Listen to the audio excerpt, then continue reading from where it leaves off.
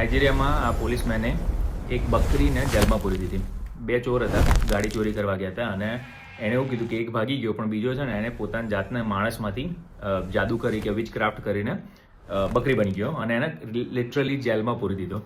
અને પાછળથી ખબર પડી કે કોઈ એવિડન્સ ના મળ્યો એટલે $2 કે એવામાં એનો ઓક્શનમાં વેચી કાઢી બકરીને. ધ પોઈન્ટ એ છે કે એ પોલીસ જેન્યુઅનલી એવું બિલીવ કરતો હતો કે આ માણસ બકરી બની ગયો છે અને એ જ ચોર છે. હવે આપણને અત્યારે શું આવે, રાઈટ, એટલું સાંભળીએ તો, પણ એવી કેટલી માન્યતાઓ હશે કે એવી કેટલી વસ્તુઓ હશે, રાઈટ, આપણી રોજમરોજની વસ્તુઓમાં, રાઈટ, કે આ સમાજમાં તો લગ્ન ના કરાય, કે આ સ્ટેટમાં તો મૂવ ના થવાય, કે આ વસ્તુમાં ઇન્વેસ્ટ ના કરાય, કે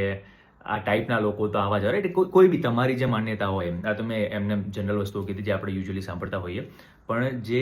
ડે ટુ ડે વસ્તુ, રાઈટ, માણસો જોડે તમે ઇન્ટરેક્ટ કરતા હોય કે જે તમારી માન્યતા થઈ ગઈ. અત્યારે કાલે એક ફ્રેન્ડ જોડે વાત કરતો હોય કે અમેરિકામાં તો અત્યારે રહેવાતું છે, કેટલું બધું થઈ રહ્યું છે, એ ન્યૂઝમાં જોઈને એના મગજમાં એવું થઈ ગયું કે અમેરિકામાં તો જાણે કેવું થતું હશે, કે કેનેડામાં જાણે કેવું થતું હશે. અને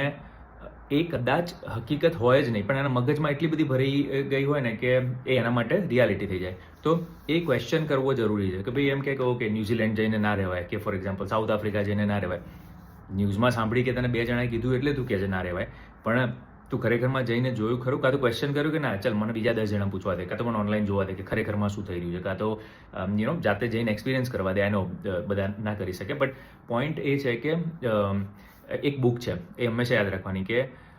don't believe everything you think, કે ભાઈ તમે જે બધું વિચારતા હોય ને એ બધું માનશો નહીં.